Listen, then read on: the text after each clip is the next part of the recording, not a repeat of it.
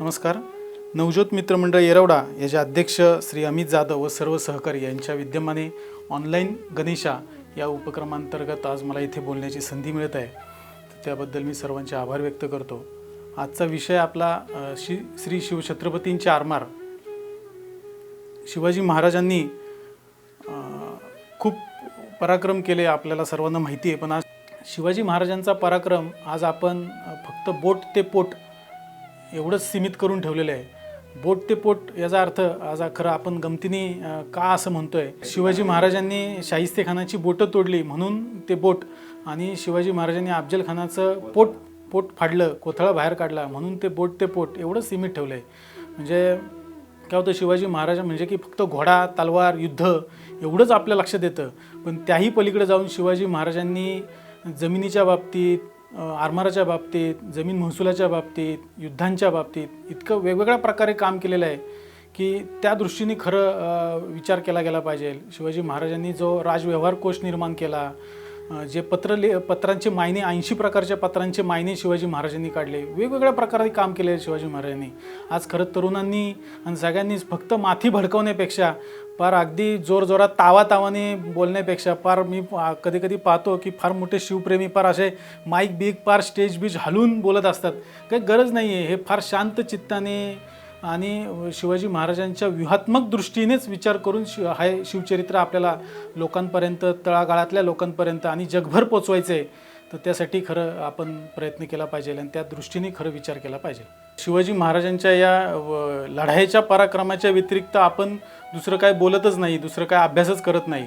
तर त्या अनेक विषयांच्या अभ्यासांपैकी शिवचरित्रात मधल्या एक आजचा जो विषय आहे, मराठ्यांचे आरमार किंवा शिवाजी महाराजांनी स्थापन केलेले आरमार, या विषयावरती आज आपण इथे प्रामुख्याने बोलणार आहोत.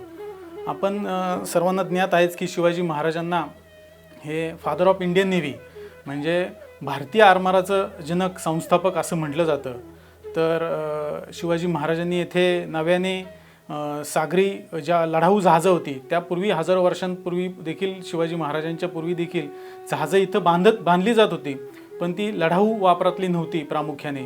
तर शिवाजी महाराजांनी येथे प्रामुख्याने स्वतःचं आरमार उभं केलं, लढाऊ आरमार उभं केलं, आणि त्या लढाऊ आरमाराच्या संरक्षणासाठी गोदी बांधल्या, आणि त्याहून महत्त्वाचं म्हणजे समुद्रातले किल्ले बांधले की जे यापूर्वी आणि आजही आपण जर पाहिलं तर भारताच्या कुठल्याही प्रांतामध्ये किल्ले पाहायला मिळतात, पण ते समुद्रातले किल्ले फारसे एवढ्या मोठ्या प्रमाणातले पाहायला मिळत नाहीत.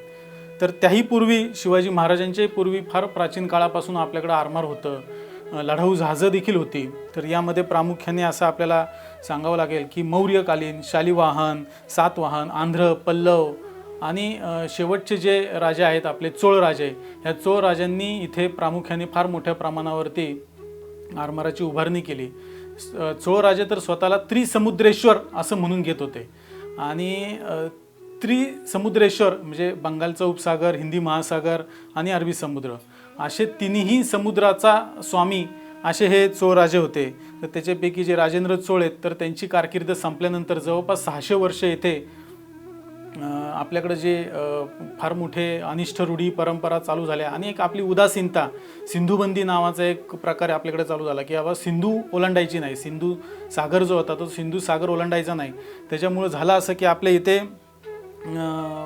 समुद्री व्यापार जो होता तर त्याला फार मोठा खंड पडला, आणि आपली लोक समुद्रावरती व्यापार करेन असे झाले, आणि याचा सगळ्याचा फायदा हा अरब लोकांनी घेतला. आणि अरब लोक आणि युरोपातले ख्रिश्चन लोक यांचे खूप त्या समुद्री व्यापारामधून खूप वादविवाद होते, आणि तसाच फायदा हा एप्रिल 1498 वास्को द गामा, पोर्तुगालचा व्यक्ती, यांनी फायदा उचलला. आणि त्यांची जी चढाओढ सुरू होती की भारतीय उपखंडाचा शोध घ्यायचा नव्याने, आणि त्याच्यामध्ये एप्रिल 1498 वास्को द गामा कालिकतच्या बंदरामध्ये आला. ह्या चित्रात जर आपल्याला दिसलं तर एकदम खालच्या बाजूला ही भारताची पश्चिम सागर किनारपट्टी आहे, त्याच्यामध्ये एकदम खालच्या बाजूला कालिकत नावाचं बंदर आहे, आज केरळमधलं कोझिकोडे. कालिकत म्हणजे कलकत्ता नाही, कालिकत म्हणजे आजचं जे केरळ राज्यामधलं एक ठिकाण आहे, प्रमुख बंदर आहे. तर तिथे कप्पड नावाचे गाव आहे, त्या कप्पड गावामध्ये वास्को द गामा आपल्या 3 जहाजांनिशी आला. तर त्या कालिकतचा जो राजा आहे, आता हा नकाशामधलं तुम्हाला सांगायचं तर की ही गुजरातच्या गुजरातपासूनची केरळपर्यंतची ही पश्चिम सागर किनारपट्टी शिवाजी महाराजांनी त्या भागामध्ये आपल्या हयातीमध्येच खूप मोठं वर्चस्व निर्माण केलेलं होतं. कालिकतचा जो राजा आहे तर त्याचं खरं नाव आहे सामुद्री राजा. तर त्याला मल्याळम भाषेमध्ये झामुरीन असं उच्चार आहे आणि तसाच त्याचा उल्लेख ह्या विदेशी लोकांनी केला, या पोर्तुगीजांनी केला आणि नंतर तोच कित्ता सगळ्यांनी गिरवला आणि सगळीकडं कालिकतच्या राजाचं नाव झामुरीन असंच येतं. पण त्याचं खरं नाव आहे सामुद्री राजा, म्हणजे समुद्राचा अनभिषिक्त सम्राट. म्हणजे त्याच्याकडं समुद्रावरती किती मोठी जहाजं असतील, किती मोठं त्याच्याकडं व्यापार असेल हा सगळा. पण आपण लक्षात घ्या की वास्को द गामाने फक्त 3 जहाजं घेऊन आलेला होता आणि या पोर्तुगीजांचे आणि अरबांचे खूप वाद होते आणि ते ज्यावेळेस इथे आले त्यावेळेस त्यांचं असं प्रामुख्याने ठरलं की बाबा इथं जो व्यापार करायचा तर तो फक्त आम्ही करणार, आम्हीच इथला माल घेणार, दुसऱ्या अरबांनी वगैरे इथे माल घेतला जाता कामा नये, अशा त्यांच्या काही ज्या अटी होत्या तर त्या सामुद्री राजा जो आहे तर त्यांनी मान्य केल्या नाहीत आणि त्यांच्यामध्ये काही गोष्टींनी बिनसलं आणि खूप मोठा इथं संघर्ष निर्माण झाला आहे पोर्तुगीजांच्या आणि सामुद्री राजाचा. जो स्वतःला समुद्राचा राजा म्हणून घेतो त्याच्याकडे लढाऊ जहाजं नव्हती पुरेशी, त्याच्यामुळं या वास्को द गामाशी लढण्यासाठी त्याला फार त्रास सहन करावा लागला. या वास्को द गामाने जहाजामधून खूप तोफा टाकल्या आणि कालिकत बंदर उद्ध्वस्त करून टाकलं. आणि जेव्हा नंतर वास्को द गामा पुन्हा आला भारतामध्ये तर त्यावेळेस त्यांनी खूप राजकारणी डावपेच आखला. तर राजकारणी डावपेच असा की या कालिकतच्या राजाचा आणि शेजारचा जो कोचीनचा राजा होता त्यांचे वाद होते एकमेकांचे. तर त्यांनी वास्को द गामाने या सगळ्याची माहिती घेतली, आपलेच लोक फोडली, आपले जे गद्दार फितूर लोक फोडली आणि त्यातून त्यांनी कोचीनच्या राजाशी संगनमत केलं आणि कोचीनच्या राजाशी एकत्र करून या वास्को द गामाने कालिकतच्या राजाशी युद्ध पुकारलं आणि कालिकतच्या राजाला हरवलं आणि नंतर पुन्हा कोचीनच्या राजाशी देखील भांडणं केली या पोर्तुगालनी आणि त्यांना देखील हरवलं. असे हे आपल्याच फुटीचा वापर करून खूप हजारो वर्षांची आपली आजपर्यंतही परंपरा आहे की बाबा आपल्या दोघांच्या भांडणाचा फायदा हे विदेशी लोक घेत आलेत आणि त्यांनी इथला भाग हा जिंकलेला आहे. नंतर पुढे 1510च्या दरम्यान साधारण हा अल्फॉन्सो द अल्बुकर्क हा भारतामध्ये आला आणि हे दाखवायचं कारण की पोर्तुगीज हे फार मोठ्या संख्येने जरी इथं आलेले असले तरी ते इथे राहू शकले नाहीत, कारण का त्यांची धर्माबद्दलची प्रचंड निष्ठा आणि भारतीय समाज जो होता तर तो सर्वसमावेशक होता. तो जे कोण येतील तर त्यांना पाहुण्यांना आपलंसं करणारा होता. पण ह्यांची वृत्ती अशी होती की बाबा त्यांना ख्रिश्चन व्यतिरिक्त कुठला धर्म आज पृथ्वीवरती नाहीच आहे अशा दृष्टीनेच ते वागायचे सगळ्यांशी. त्याच्यामुळं त्यांनी खूप जुलूम केलेला होता, खूप जबरदस्ती केलेली होती इथल्या लोकांवरती धर्माच्या बाबतीत. म्हणजे आज आपल्याला जे मुस्लिम लोक जे आलेले आहेत बाहेरची त्यांचा अन्याय दिसतो, पण या पोर्तुगीजांनी देखील प्रचंड अनन्वित अत्याचार ह्या भारतीय लोकांवरती केलेले आहेत. असाच पैकी ही जी काय लोक आहेत त्यापैकी अल्फॉन्सो द अल्बुकर्कने फार धोरणात्मक निर्णय घेऊन इथे गोव्याची त्यांनी राजधानी केली आपली आणि गोव्यावरती याचं बस्तान बसू शकलं. त्याचं कारण हा अल्फॉन्सो द अल्बुकर्क आहे. आणि आज ज्या गोव्यामधल्या ओल्ड गोवामधल्या ज्या जुन्या वास्तू आज आपल्याला दिसतात ह्या सगळ्या या अल्फॉन्सो द अल्बुकर्क ह्यांनी केलेल्या आहेत. हा एक कारताज आहे. त्या काळामध्ये ह्या पोर्तुगीजांनी काय केलं की हिंदी महासागरावरती म्हणजे भारतीय उपखंडामधला जो समुद्र आहे त्या समुद्रावरती कुणालाही जहाज जर बाहेर काढायचं झालं कुणालाही तर या पोर्तुगीजांची परवानगी घ्यावी लागायची आणि त्या परवानगीसाठी ते हा असा कारताज त्यांनी द्यायला सुरुवात केली. हा पोर्तुगीज भाषेमधला आहे.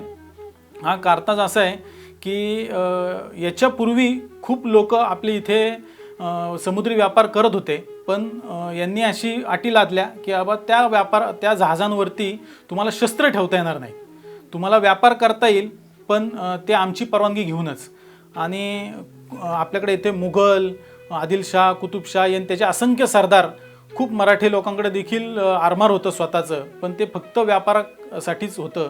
तर तिथं त्या जहाजांवरती कुठंही त्यांना वेपन्स म्हणजे शस्त्रास्त्र ठेवायला परवानगी नव्हती बिलकुलच.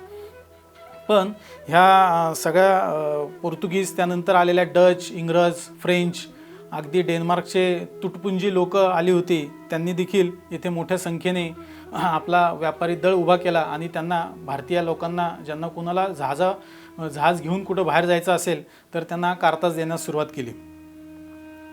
नंतर हा आहे जगाचा नकाशा. आज आपण पाहतो की इथे वरती मध्यभागी हे नेदरलँड, हॉलंड म्हणजे इंग्लंड, फ्रान्स, स्पेन, पोर्तुगाल हे ठिपक्याने एवढे दिसणारे खरं देश आहेत, पण त्यांनी निम्म्यापेक्षा जास्त जगांवरती राज्य केलं.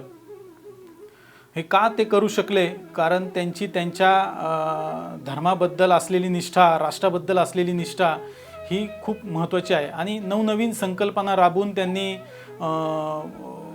व्यापार केला आणि ते जगावरती राज्य करू शकले. मी तुम्हाला जो सांगितला तो प्राथमिक काळ आहे शिवाजी महाराजांच्या पूर्वीचा. आपण शिवाजी महाराजांना लगेच देवत्व भाल करतो. खरं शिवाजी महाराज हे सर्वसामान्य व्यक्ती होते आणि त्यांना प्रचंड हालापेष्टा सहन करून इथल्याच लोकांशी, आपल्याच लोकांशी भांडणं करून, वादविवाद करूनच त्यांना मोठं व्हावं लागलं, मोठं झाले ते. आणि त्यांनी इथे महत्त्वाचं म्हणजे जी लोकांमध्ये दुर्दम्य इच्छाशक्ती जागृत केली आणि स्वातंत्र्याचं महत्त्व काय आहे हे जे त्यांनी दाखवून दिलं, तर ते नंतर याच्या नंतर देखील आज बरेच वर्ष शिवाजी महाराजांची हीच नीती सगळेजण वापरत होते. 1656मध्ये शिवाजी महाराजांनी जावळीचं खोरं जिंकलं आणि त्यांना त्यांचे समुद्राचा पहिल्यांदा परिचय आला. आणि जावळीचा जो भाग आहे तो की समुद्री किनारपट्टीच्या जवळ असल्यामुळं तिथल्या लोकांच्या वरती होणारे जे अन्याय आहेत तर ते शिवाजी महाराजांच्या कानावरती यायला लागले. आणि तिथल्या लोकांची प्रामुख्याने अडचणी अशा होत्या की तिथं जो सिद्धी होता तर तो सिद्धी हा प्रचंड अत्याचार करत होता लोकांवरती. आणि त्याच्यावरती महत्त्वाचं म्हणजे तिथला जो किल्ला आहे मुरुडचा जंजिरा, तर ते काय करायचे की यायचे गावांमध्ये आणि खूप मोठा अत्याचार करायचे, लूटमार करायचे आणि ते परत जहाजांमध्ये निघून जायचे. आपल्याकडं आपल्या त्यावेळेच्या लोकांकडं लढाऊ जहाजं नव्हती, त्याच्यामुळे ते त्यांचा पाठलाग करून त्यांना मारू शकत नव्हते. तर त्याच्यामुळे शिवाजी महाराजांना पहिल्यांदा जाणीव झाली की बाबा आपल्याकडं आरमार अवश्यमेव करावे. हे जे काय बखरीतलं वाक्य आहे तर ते ह्याच्यासाठी कारणीभूत आहे. शिवाजी महाराजांनी आरमाराची उभारणी केली त्या प्रमुख काही कारणांपैकी सगळ्यात महत्त्वाचं कारण आहे ते म्हणजे या सिद्धींनी केलेला प्रचंड अत्याचार. म्हणजे शिवाजी महाराजांनी बखरीत असं लिहिलेलं आहे की हा घरातला उंदीर आहे. म्हणजे आपल्या घरात उंदीर जसा त्रास देतो तसा हा सिद्धी प्रचंड त्रास देत होता. आणि या सिद्धीच्या अन्यायांना प्रतिकार करायचा म्हणून शिवाजी महाराजांना पहिल्यांदा गरज भासू लागली या आरमाराची. आणि बघा हे मला नाही वाटत 500-600 लोकांपेक्षा जास्त इथं आलेले असतील हे सिद्धी लोक. आफ्रिका खंडातल्या ॲबिसिनिया नावाच्या एका छोट्याशा प्रांतामधून गुलाम म्हणून भारतामध्ये आलेली जाते. आजही मोठ्या संख्येने ते इथे आहेत भारतामध्ये. पण सांगायचा मुद्दा असा की आज मराठ्यांची जी राजधानी रायगड किल्ला तो देखील त्यांच्या कित्येक वर्ष ताब्यात होता. म्हणजे मराठ्यांच्या ताब्यात नव्हता, इतके जास्त वर्ष तो रायगड किल्ला या सिद्धींच्या ताब्यात होता. म्हणजे आज आपण विचार करा की फार आपली स्वराज्याची राजधानी सुरक्षित नव्हती. का? कारण यांच्याकडे असलेलं आरमार आणि यांची त्यांच्या राष्ट्रावरती असलेली निष्ठा ही फार महत्त्वाची आहे. तुटपुंजी जरी असले तरी त्यांची त्यांच्या राष्ट्रावरती असलेली निष्ठा ही फार महत्त्वाची आहे. आणि आपल्याकडं मात्र लोक लगेच फितूर होत होते आणि पैसे दिले, चांगली हुद्दा दिला की लगेच त्या सिद्धीकडे काय, आदिलशाहकडे काय, मोगलांकडे जायला अजिबात कमी करत नव्हते. आणि अशा या काळामध्ये शिवाजी महाराजांनी इथे आरमाराची उभारणी केली. 24 ऑक्टोबर 1657 हा दिवस सगळ्यात महत्त्वाचा आहे त्या दृष्टीने, कारण त्या दिवशी शिवाजी महाराजांनी कल्याण आणि भिवंडी हा जो भाग आहे तो काबीज केला. दिवाळीचा काळ होता, वसुबारस साधारण त्या काळी होती. बघा दिवाळीमध्ये सगळेजण सणावर वगैरे सगळं साजरे करतात, पण शिवाजी महाराजांना माहिती होतं की या भागामध्ये जो निजामशाहीचं राज्य होतं तर ते निजामशाहीचं राज्य संपून हा भाग मोगलांच्या ताब्यात जाणार होता. आणि त्या देवाणघेवाणीच्या काळामध्येच शिवाजी महाराजांनी बरोबर मोहीम आखली आणि हा सगळा भाग आपल्या ताब्यात घेतला. आणि या ताब्यामध्ये आल्यानंतर शिवाजी महाराजांना जाणीव झाली की या कल्याणच्या खाडीमध्ये आपल्याला जहाज बांधणीची गोदी उभारायला लागणार आहे. तर या इथे 24 ऑक्टोबर 1657ला मराठ्यांच्या आणि बहुतांश असं म्हणू शकतो आपण की त्यावेळेच्या भारताच्या पहिल्या स्वदेशी आरमाराची उभारणी साधारण इथे झालेली आहे. आणि या आरमाराच्या गोदीच्या संरक्षणासाठी शिवाजी महाराजांनी इथे दुर्गाडीचा किल्ला बांधला. हा 24 ऑक्टोबर 1657 दिवस आम्ही काही वर्षांपासून आता मराठा आरमार दिन म्हणून साजरा करतो, मलाही तुम्हाला आवाहन करायचं की आपण शिवाजी महाराजांचं बरेचसे पराक्रमाचे दिवस साजरे करतो, तर त्या अनुषंगाने आरमारामध्ये देखील शिवाजी महाराजांनी इतकं मोठं काम केलेलं आहे, आज जग त्यासाठी नावाजतं शिवाजी महाराजांना. तर आपण देखील हा 24 ऑक्टोबर हा दिवस मराठा आरमार दिन म्हणून साजरा करावा आणि शिवाजी महाराजांचा तो जो पराक्रम आहे तर तो स्मरणात ठेवा असं मला वाटतं. आणि सगळ्यात महत्त्वाचं या दिवशी या साधारण काळामध्ये शिवाजी महाराजांचं वय फार लक्षात घेणं गरजेचं आहे, कारण त्यावेळी शिवाजी महाराजांचं वय अवघं 27 वर्ष. काय होतं, शिवाजी महाराजांचा पराक्रमाचा आपण लक्षात घेताना त्यावेळी शिवाजी महाराजांचं नेमकं वय किती होतं आणि त्या वयामध्ये शिवाजी महाराजांना काय सुचत होतं, काय कल्पना होत्या त्यांच्या, हे देखील आपल्याला लक्षात घेणं गरजेचं आहे.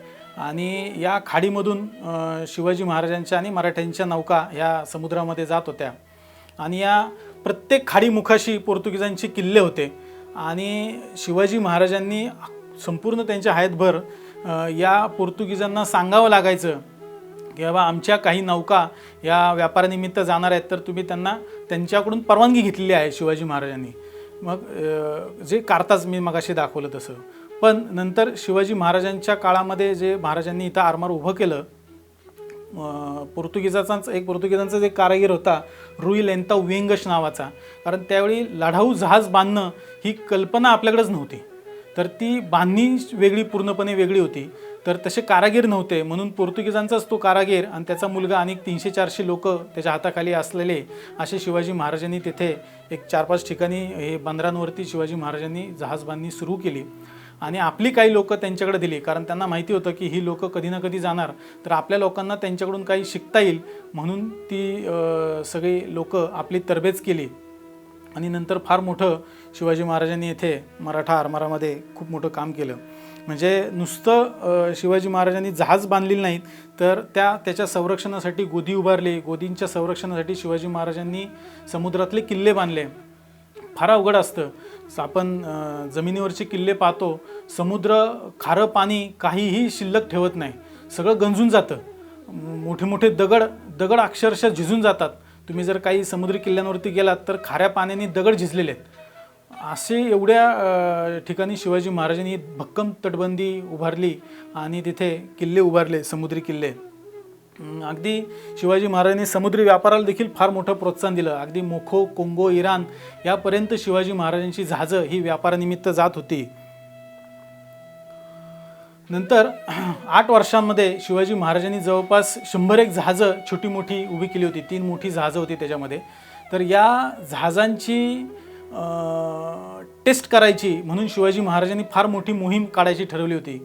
तर ती मोहीम होती बसरूची मोहीम. ही आरमारीदृष्ट्या फार मोठी मोहीम आहे, कारण या पूर्वी स्वतः राजाने नेतृत्व केलेली आरमाराची मोहीम यापूर्वी झालेलीच नाही.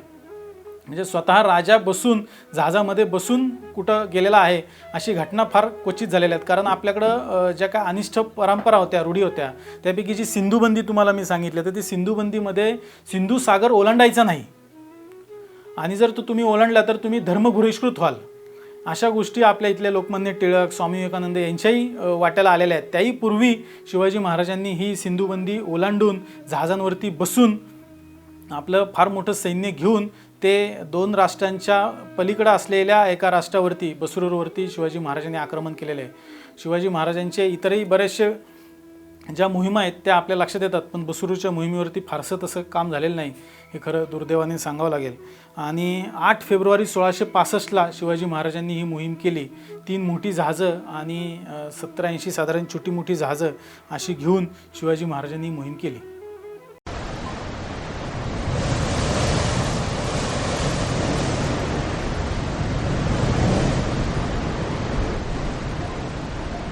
शिवरायांची दैदिप्यमान कारकीर्द म्हणजे अवघ्या महाराष्ट्राची ज्वलंत अस्मिता. आपल्या कारकिर्दीत राजांनी अनेक स्वाऱ्या, मोहिमा, हल्ले, लढाया, गनिमी काव्यानं फते केल्या. अशा अनेक मोहिमांमधील एक मोहीम म्हणजेच बसरूरची आरमारी मोहीम.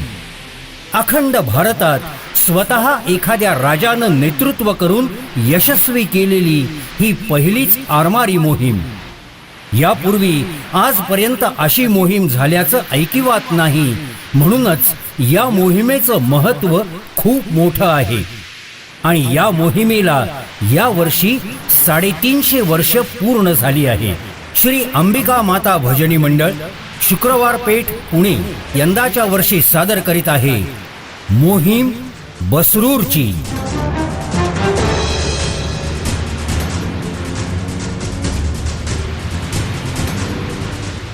पोर्तुगीज हिंदी महासागर स्वतःच्या मालकीचा समजत समुद्रावर मराठा सत्ता निर्माण करणं ही गोष्ट सोपी नव्हती.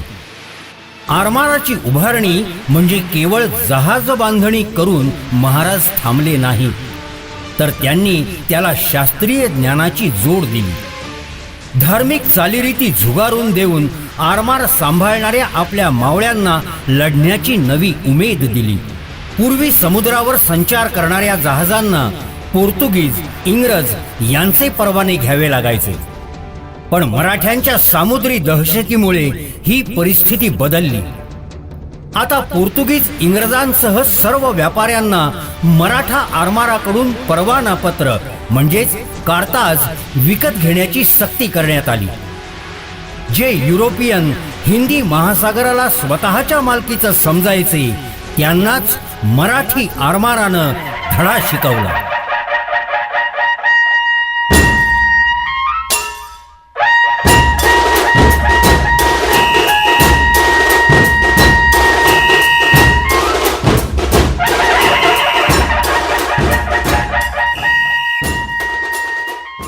हे शिवप्पा नाईक आहेत. हे शिवप्पा नाईक शिवाजी महाराजांचे वडील शहाजीराजे यांचे समकालीन आहेत.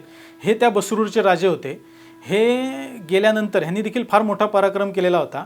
हे गेल्यानंतर 1661 साधारण या दोघांचा साधारण मृत्यू आहे, शहाजीराजांचा आणि या शिवप्पा नाईकांचा. हे गेल्यानंतर आदिलशहा, पोर्तुगीज, डच हे लोक या बसरूरचे जे मुख्य प्रांत आहेत, बंदरं आहेत, ही बंदरं ताब्यात घेण्याकरता त्यांची फार मोठी चढाओढ सुरू होती. आणि ही बंदरं इतकी महत्त्वाची आहेत की इथला असलेला लाकूड जहाज बांधणीसाठी फार महत्त्वाचा होता. आणि इथं पिकणारं जे तांदूळ आहे तर ते देखील फार महत्त्वाचं होतं. त्याला आजही मस्कत राईस असं म्हटलं जातं. आजही मस्कतपर्यंत त्याची एक्सपोर्ट होतो. तर हाही बंदरं ताब्यात घेण्याकरता करार झाला. आणि ती तारीख मी जी तुम्हाला सांगितली 8 फेब्रुवारी 1665 तीच का महत्त्वाची होती? शिवाजी महाराजांचे हेर खातं इतकं प्रबळ आहे, इतकं बारीक सारी गोष्टी ते काढायचे. शिवाजी महाराज फार खर्च हा हेर खात्यावरती करायचे. तर त्याला एक विशिष्ट कारण असं होतं की हे जे काय 2 फोटो तुम्हाला दाखवतो तर ह्यामध्ये आहेत इंग्लंडचा राजा हा दुसरा चार्ल्स आणि ही पोर्तुगालची राजकन्या आहे कॅथरीन ऑफ ब्रिगांझा. यांचं लग्न ठरलं मे 1661 त्यांचा एक मॅरेज करार झाला. खूप भांडणं होती या पोर्तुगालची आणि इंग्लंडची. त्यातल्या पोपनी सांगितलं की बाबा तुम्ही जवळची राष्ट्र आहात आणि एकाच धर्माचे आहात, तर तुम्ही भांडू नका. तुम्ही एकमेकांचं लग्न हे लावून दिलं आणि त्याच्या अंतर्गत त्यांनी पोर्तुगालचे खूप जगामध्ये खूप काही महत्त्वाची बंदरं होती, तर ती बंदरं इंग्लंडला भेट म्हणून, आंदन म्हणून म्हणजे हुंडा म्हणून, आजच्या भाषेत हुंडा म्हणून देण्याचं ठरवलं. त्यापैकी मुंबई हे बेट जे पोर्तुगालच्या ताब्यात होतं तर ते त्यांनी इंग्लंडला द्यायचं ठरवलं. आणि ती जी अलॉटमेंट होती पोर्तुगालच्या सैन्याकडून मुंबई बेट इंग्रजांना देण्याची जी तारीख होती ती होती 8 फेब्रुवारी 1665. त्या दिवशी फार मोठं सैन्य घेऊन गोव्यामधलं पोर्तुगालचं सैन्य हे मुंबईला जाणार होतं. त्याच्यामुळं शिवाजी महाराजांना मालवणवरून बसरूरला जायचं म्हणजे कर्नाटक भागामध्ये जायचं. म्हणजे ह्या चित्रात आपल्याला दिसेल की मध्ये गोवा आहे आणि एकदम खालच्या बाजूला बसरूर आहे. तर मध्ये गोवा लागणार आणि गोव्यामधलं पोर्तुगीज सैन्य असे एवढ्या मोठ्या संख्येने शिवाजी महाराजांना कसे खाली जाऊन देतील. तर महाराजांना ही तारीख फार महत्त्वाची होती. कारण जसं शिवाजी महाराज आरमाराच्या दृष्ट्या प्रबळ आहेत त्याही कित्येक पटीने हे पोर्तुगीज आरमाराच्या दृष्टीने फार मोठे प्रबळ होते. त्याच्यामुळे ती तारीख महाराजांनी प्रामुख्याने निवडलेली होती. हे मालवणचं बंदर आहे, मालवणच्या तिथे हे बंदर आहे. ह्या भागामध्ये इतिहास म्हणजे काय असतो तर इतिहास त्या भागामध्ये जाऊन जिवंत आपल्या डोळ्यांनी आपण पाहायचा असतो. तर तो तिथं कुठं असं दिसत नसतो. असाच हा भाग ह्या मालवणच्या बंदरामध्ये आपल्याला पाहायला मिळतो. आज तिथे भागामध्ये कुठलीच गोष्ट नाही आहे. तिथल्या लोकांनाही माहीत नाही की इथं फार मोठा नेव्हल बेस कॅम्प शिवाजी महाराजांचा होता. मला ते तिथं गेल्यानंतर मला माझ्या लक्षात आलं की 100 जहाजं शिवाजी महाराजांची तिथं जर उभे असतील तर काय दृश्य असेल, काय ती चढाओढ सुरू असेल, यावर शिवाजी महाराज सांगत असतील की आता आता आपल्याला जायचं आहे, निघायचं आहे, काय ती मोहिमाची लगबग चालू असेल, हा सगळा भाग आपण तिथे गेल्यावरती आपल्या डोळ्याने आपण अनुभवू शकतो. आणि ही सगळी ती मोहीम आहे. शिवाजी महाराज तडक बसरूरला गेलेत. हा तो बसरूरचा भाग आहे. पंचगंगावली नावाची तिथे नदी आहे आणि फार मोठी छोटी छोटी बेटं आहेत. शिवाजी महाराजांनी 3 मोठी जी जहाजं आहेत तर ती समुद्राला वरती ठेवली, भर समुद्रात, आणि आतमध्ये सगळी छोटी जहाजं उभी केली. जिथे कुठे संख्येने छोट्या मोठ्या संख्येने शिवाजी महाराजांनी सैन्य आपलं सगळं जमा करून ठेवलेलं होतं. आणि जिथे कुठे घोडा लागेल तिथे तिथे बरोबर उभा करून ठेवलेला होता. इतकं छान प्लॅनिंग केलं की शिवाजी महाराजांनी अख्खी मोहीम 16 दिवसात पूर्ण केली. त्या बसरूरवरून शिवाजी महाराजांनी आपला एक माणूस पाठवला, वकील, आणि नगरामध्ये जे बेदनूर आहेचं राज्य, या बसरूरचं राज्य, तिथल्या राज्यकर्त्यांशी बोलण्याकरता. आणि मग शिवाजी महाराजांनी परत बसरूर लुटून, हा बसरूरच्या किल्ल्याचा फोटो आहे पोर्तुगीजांचा. मग शिवाजी महाराजांनी मुरुड, होन्नावर वगैरे असं सगळं करत हा भाग घेतला आणि ते गोकर्णला आले. हे गोकर्णचं महाबळेश्वर मंदिर आहे. आजही खूप लोक तिथे मोठ्या संख्येने जातात आणि आजही तिथे मराठी लोक खूप आपले आहेत. शिवाजी महाराजांच्या बहुतेक ह्या मोहिमेच्या वेळी शिवाजी महाराजांनी त्यांना तिथे घेऊन गेलेले असतील. महाराज इथे गेल्यानंतर त्यांनी फार मोठा दानधर्म केला आणि ते गोकर्णवरून आपलं सगळं सैन्य आरमारावरती सगळं लादून जी काय लूट होती ती परत पाठवून दिली. आणि आपलं येताना परतीचा मार्ग हा मात्र शिवाजी महाराजांनी जमिनी मार्गे केलेला आहे.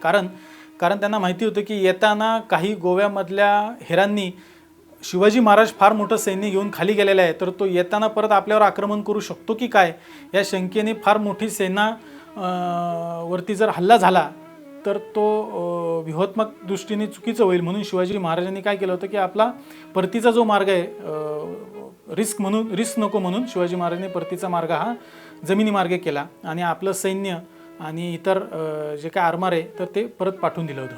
परतीचा जो मार्ग आहे त्यांचा, तर तो काद्रा इथल्या एक नदी आहे, ती नदी ओलांडून महाराजांनी भीमगड जंगलाचा भाग आहे, आंबोली घाट मार्गे शिवाजी महाराज राजगडला आलेले आहेत.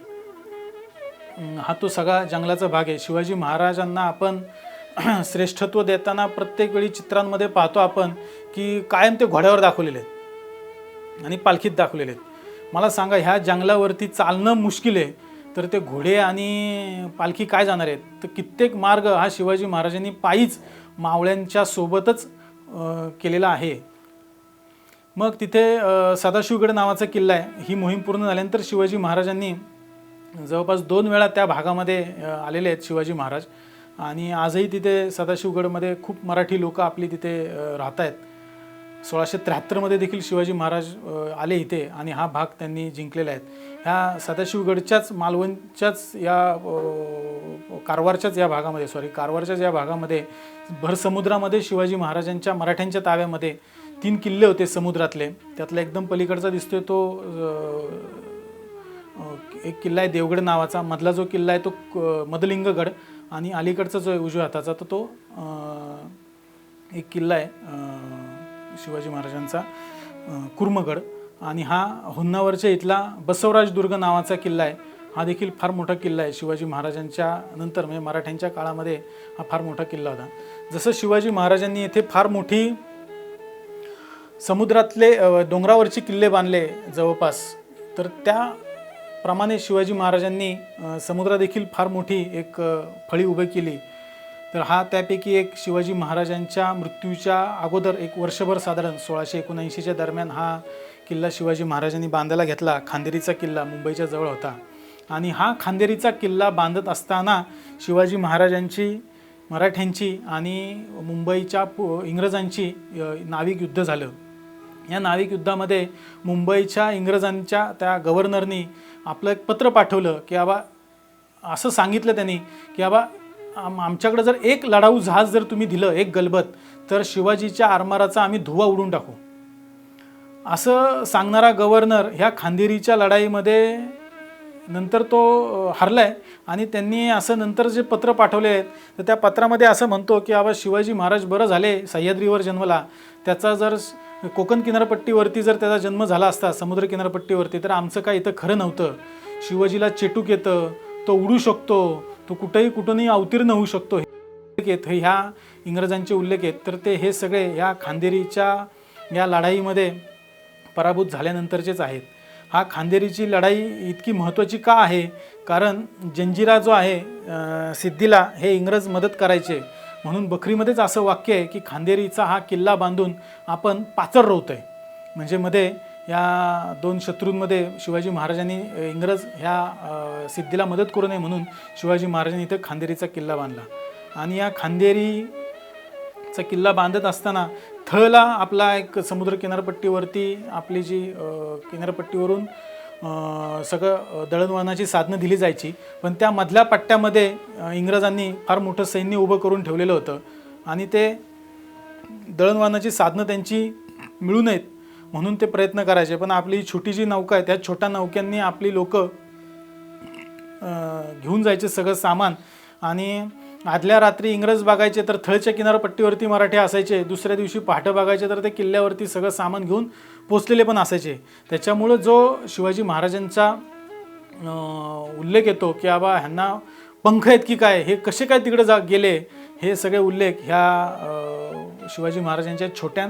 आणि नंतर असं इंग्रजांनी सांगितलं की बाबा आमच्याकडे या ज्या काय छोट्या नौका असाव्यात, म्हणजे जे इंग्रज म्हणायचे शिवाजी महाराजांची म्हणजे आमच्याकडे एक लढाऊ जर गलबत असलं तर या शिवाजीच्या आरमाराचा धुवा उडून टाकू इतकी आपली चेष्टा करायची या नौकांची छोट्या मोठ्या. पण तेच इंग्रज नंतर असं म्हणू लागले की या छोट्या नौका आपल्याकडं असल्या पाहिजे. शिवाजी महाराजांनी मी जसं सांगितलं तुम्हाला की बाबा फार मोठं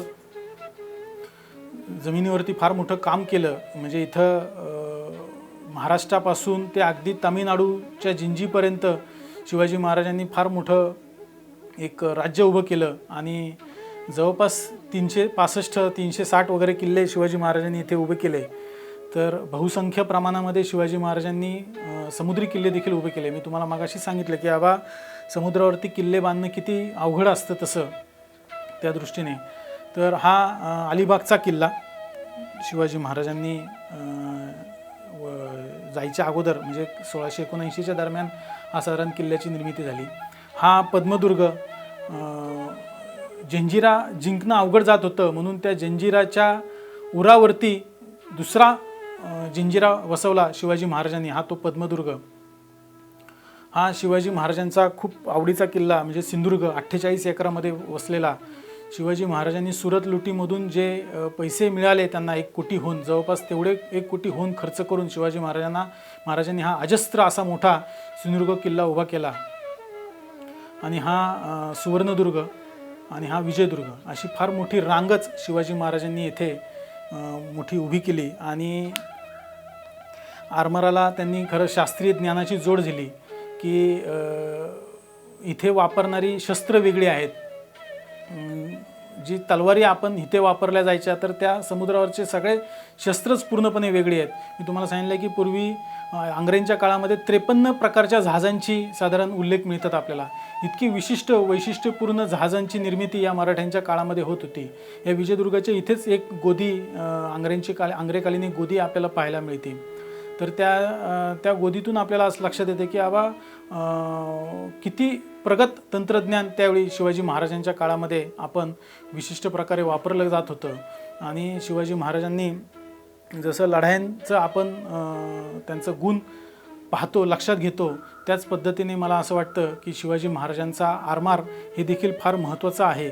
आणि ते आपल्याला सर्वांना एक फार मोठी दिशा देऊन जातं. आज आपण मुंबईवरती जो हल्ला झाला दहशतवादी हल्ला त्यापूर्वी समुद्राकडं फारसं लक्ष गेलं नव्हतं आपलं. पण आज तिथून देखील आपल्यावरती शत्रू येऊ शकतो हे आपल्याला त्यातून कळलं. आणि याही पूर्वी शिवाजी महाराजांनी जेव्हा लक्षात घेतलं की बाबा जे काय परकीय सैन्य आपल्याकडे येतंय म्हणजे आदिलशाह कुतुबशाह मोगल हे जमिनीवरचं शत्रू तर आहेच आहेत, पण इंग्रज पोर्तुगीज यांना देखील शत्रू त्याही पूर्वी या मोगलांनी कधीच मानलेलं नव्हतं. जे शिवाजी महाराजांना लक्षात आलं होतं की हे फक्त व्यापार करण्याकरता इथे आलेले नाहीत, तर त्यांच्या मनामध्ये वेगळंच भाग आहे, त्यांचं इथल्या जमिनीवरती भूमीवरती प्रेम आहे. त्यामुळं शिवाजी महाराजांचा हा गुण आपल्या सगळ्यांच्याच मनी यावा असं मी इथे मत व्यक्त करतो आणि मला इथे बोलण्याची संधी दिली त्याबद्दल मी आभारी आहे आणि मी इथे थांबतो.